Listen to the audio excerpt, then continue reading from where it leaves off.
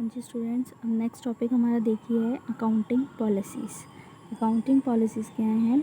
Accounting policies given at the end of financial statement are considered as an integral part of financial statement.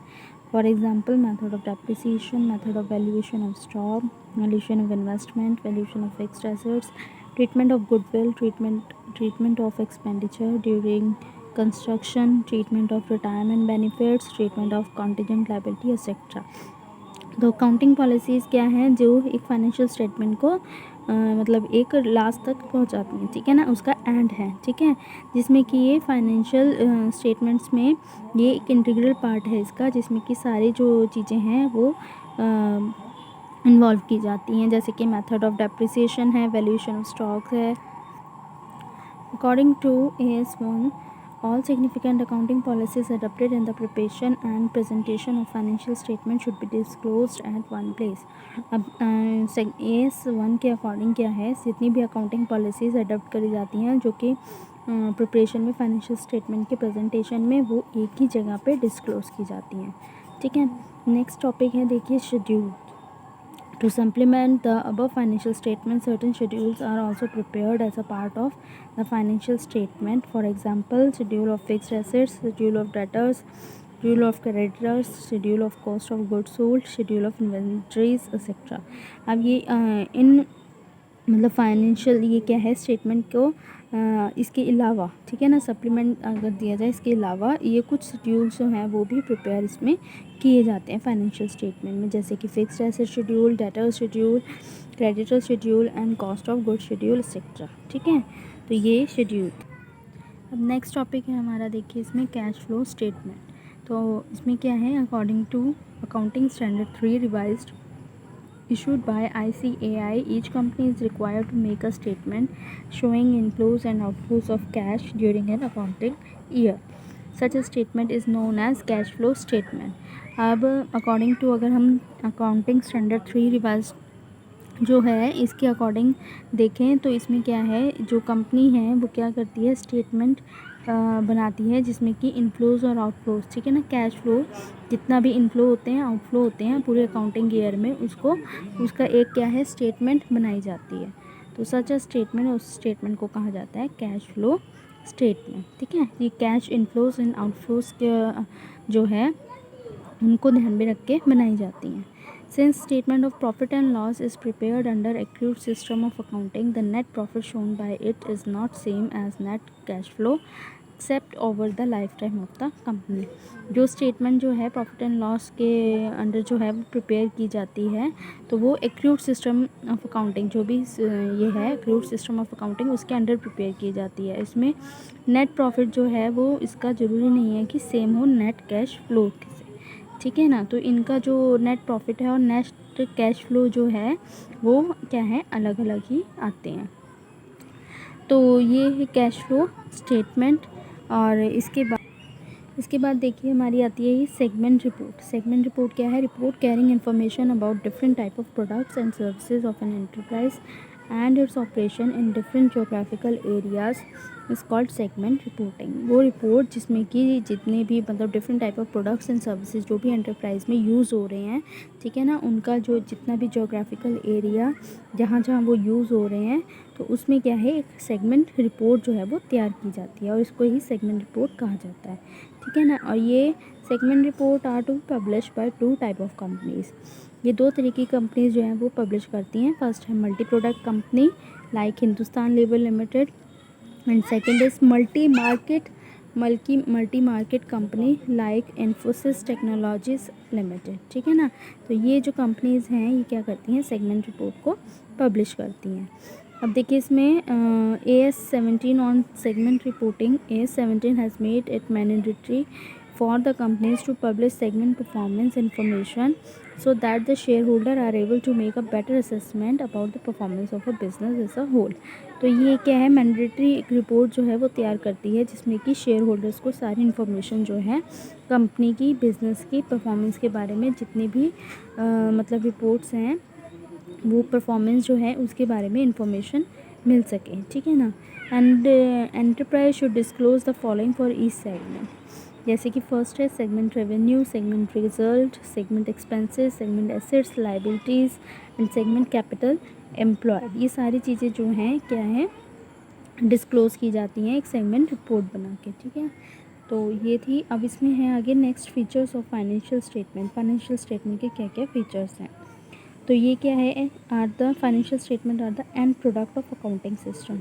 ये एक end product है accounting system का, जो कि last में मतलब जो पूरे एक कंपनी का जो फर्म का है का लास्ट में इसकी फाइनेंशियल जो है एक रिपोर्ट तैयार की जाती है, ठीक है।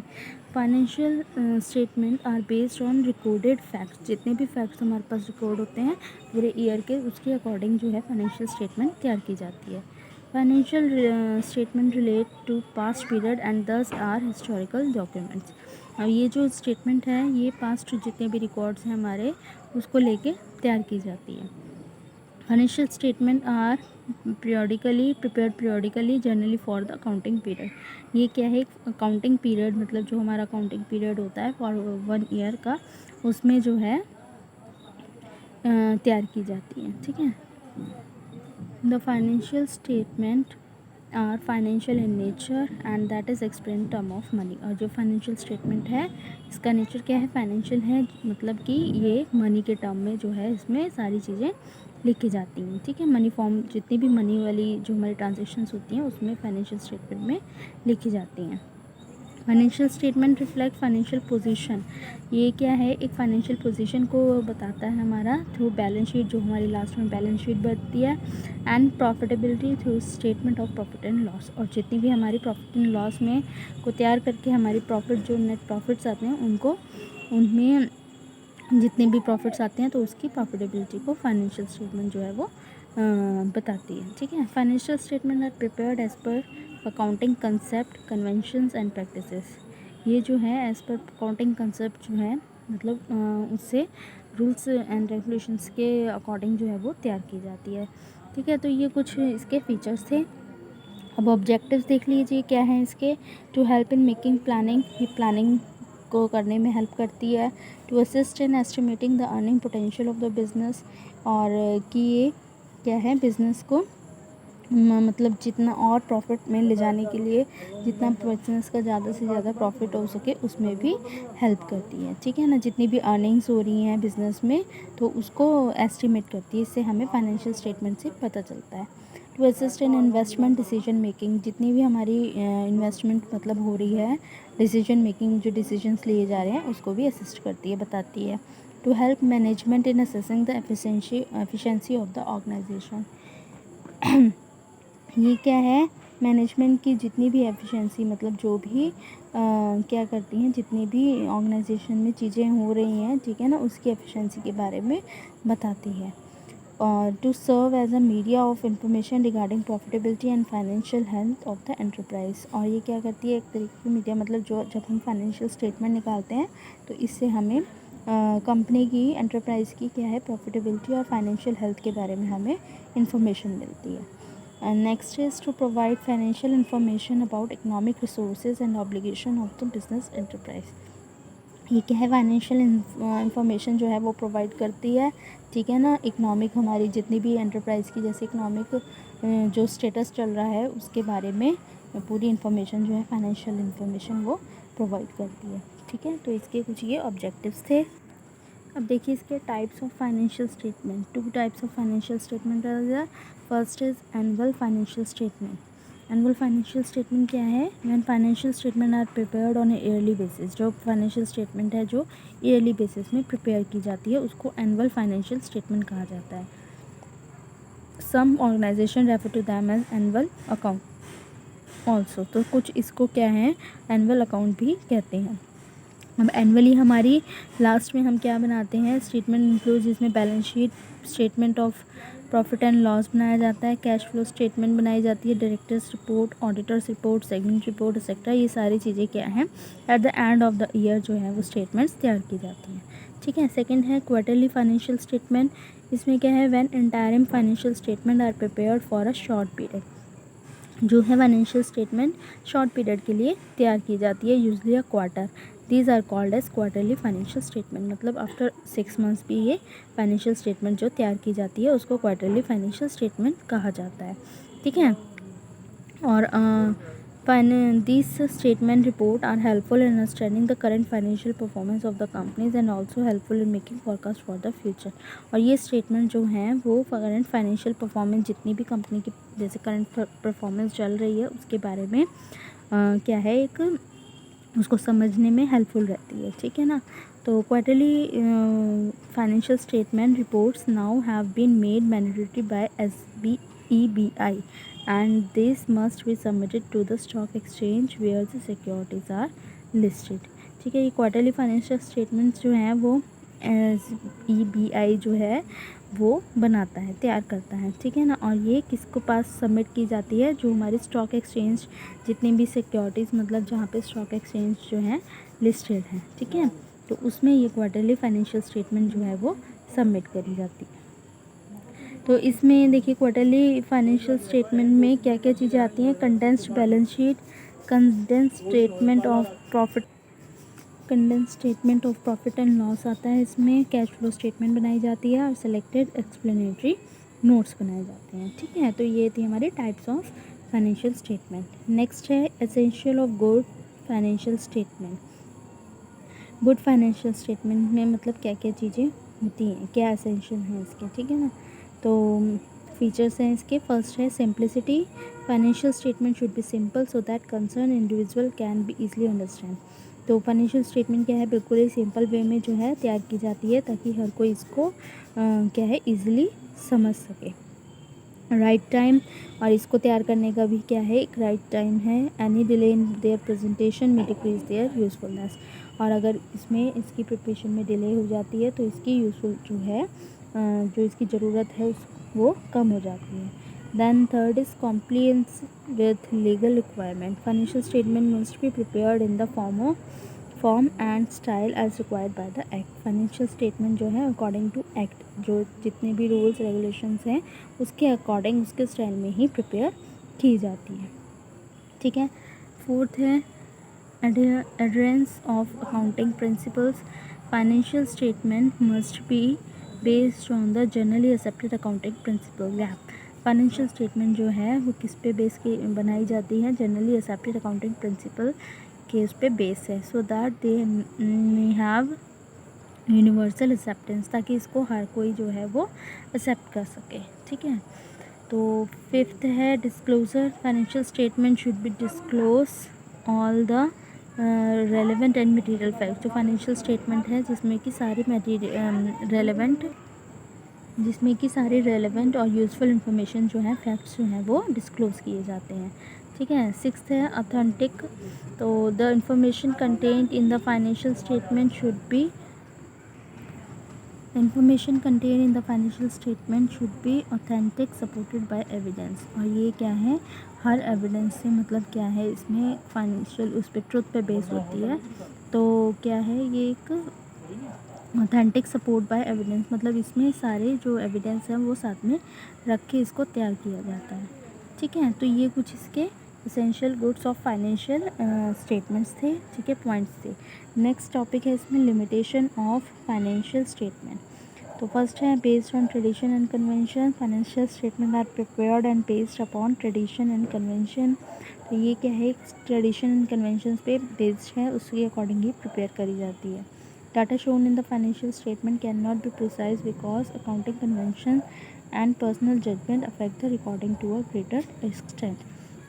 जो भी डाटा इसमें शो किया जाता है वो क्या है, अपने अकॉर्डिंग जो है पर्सनल जजमेंट के अकॉर्डिंग जो है वो नहीं बनाया जाता। ठीक है। नेक्स्ट है based on historical data. Financial statement are based on historical data while parties are more interested in knowing the present position and future prospectus of the business enterprise।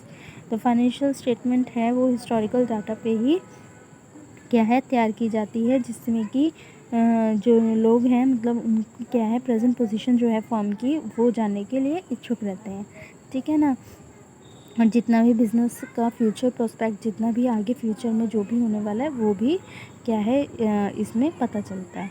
Then scope of manipulation. Financial statement are sometime prepared according to the need of the situation और whims of management. Financial statement जो है कभी कभी क्या है, according to need, management को अगर इसकी मतलब नीड ऑफ द सिचुएशन के अकॉर्डिंग जो है मैनेजमेंट को अगर इसकी ज़रूरत पड़ती है तो उसके अकॉर्डिंग ये प्रिपेयर की जाती है, ठीक है। Then management can manipulate financial statement. Real profit may be concealed by disclosing loss और मिनिमम प्रॉफिट। तो जो रियल प्रॉफिट है वो भी डिस्क्लोज किया जाता है, चाहे लॉस हो या कम प्रॉफिट हो, ठीक है। फोर्थ है influenced by personal judgement. Financial statement are influenced by personal judgement of the account. On many issues more than one method are permitted. Method of depreciation मतलब जो है इसमें काफ़ी सारे इश्यूज़ में क्या है, मोर देन वन मेथड, एक मेथड से ज़्यादा जो है वो प्रिपेयर किए मतलब प्रिपेयर किया जाता है, जैसे कि method of depreciation, mode of amortisation, valuation of stock, valuation of ये गुडविल एक्सेट्रा, ठीक है। All depend upon personal judgement of policy maker of the enterprise. और ये सारी चीज़ें जो पर्सनल जजमेंट है पॉलिसी मेकर जो बना रहा है उसके मतलब जो भी पर्सनल जजमेंट पे डिपेंड करता है, ठीक है। और फिफ्थ है इग्नोर क्वालिटेटिव एस्पेक्ट्स। तो financial statement show only those fact which can be expressed in monetary term. Financial statement में वही चीज़ें बनाई जाती हैं जो कि मॉनेटरी टर्म में होती हैं, ठीक है। तो इसलिए क्या है ये मतलब और चीज़ों को क्या करता है, इग्नोर कर देता है। सिक्स्थ है ignore inflationary effect. Change in price level make data meaningless. अगर देखिए प्राइस लेवल जो है अगर चेंज होता है तो उसमें क्या है, डाटा जो है उसके लिए मीनिंग मतलब लेस रहता है कि उसकी ज़रूरत कम पड़ती है। Financial statement record transaction at historical cost, no account is taken on the of the present value. तो इसमें कोई भी जो प्रेजेंट वैल्यू पर जितनी भी ट्रांजेक्शन्स हो रही हैं उसको नहीं लिया जाता है, ठीक है। मतलब जो हिस्टोरिकल कॉस्ट जो पिछली चीज़ें हैं उसके अकॉर्डिंग ही डाटास को लिया जाता है। तो ये इसके कुछ लिमिटेशंस थे।